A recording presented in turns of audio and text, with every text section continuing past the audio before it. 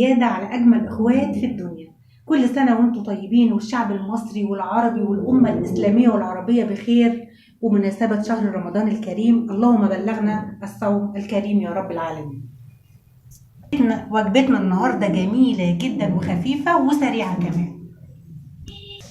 3 كوبايات من المية المغلية، هننزل بالمكرونة على طول من الكيس. بسم الله الرحمن الرحيم. التوابل بتاعتنا بابريكا، مرق دجاج، قرفة خشب، ملح، فلفل، مفيش ملح، مرقة الدجاج بدل الملح، توم باودر وبابريكا وفلفل وكمون وجنزبيل. وهننزل على طول بالتوابل على المكرونة كده. ادي مكعب الدجاج، ونص كوباية من الزيت، معلقتين صلصة كبار او كيسين صغيرين صلصة. هتتقلب كل التوابل مع بعض. لو عايزة ملح برضو هنبقى نشوفها، نخلي بالنا ما تبقاش حادقة. وشوفوا طريقة جديدة كمان عملناها النهاردة في مطبخنا، يا رب تعجبكم. وطماطمتين متوسطين كده، هنقلبها كمان من فوق لتحت. طريقة جميلة وسهلة للبانيه. البانيه ده مية بصل وسنة ملح منقوع فيها بقالها 2 ساعة دلوقتي. ماشي.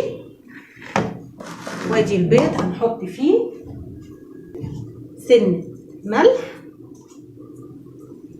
شوية فلفل، شوية من الكمون، كيس فيجيتار. شايفين الحلاوة والطعامة. هنوطي النار بعد ما غلت بقى مننا كده، هنوطي النار شوية ونشوف الملح بتاعها. اول حاجة البيض،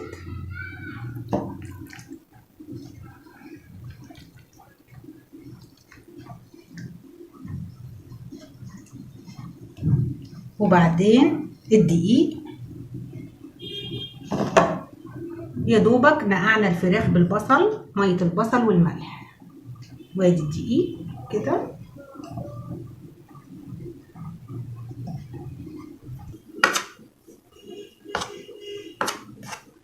خلصناها من مرحلة الدقيق، هننزلها في البقسماط ونجبس كده. طريقة جميلة وسهلة ومش مكلفة كمان. الطريقة للمكرونة هي داخلة على سوا، ولا اقول لكم على الريحة بقى والجمال. اي والله العظيم روعة روعة، وكله مع بعض، والتوابل ادت طعم جميل جدا. داخلة على سوا، ولازم يكون فيها سوائل زي ما انتم شايفين كده معايا.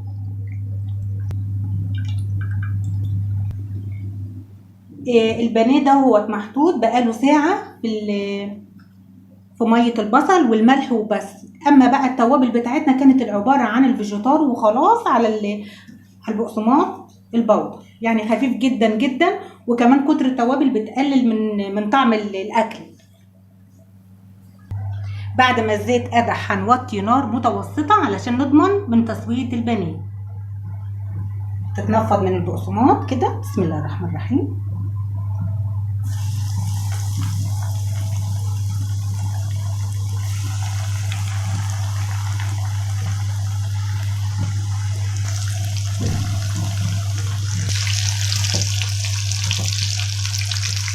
كده وصفتنا معاكم خلصت النهارده، يا رب تعجبكم. عملت المكرونه في مطبخي باصناف كتيره، وطبخناها بكذا نوع.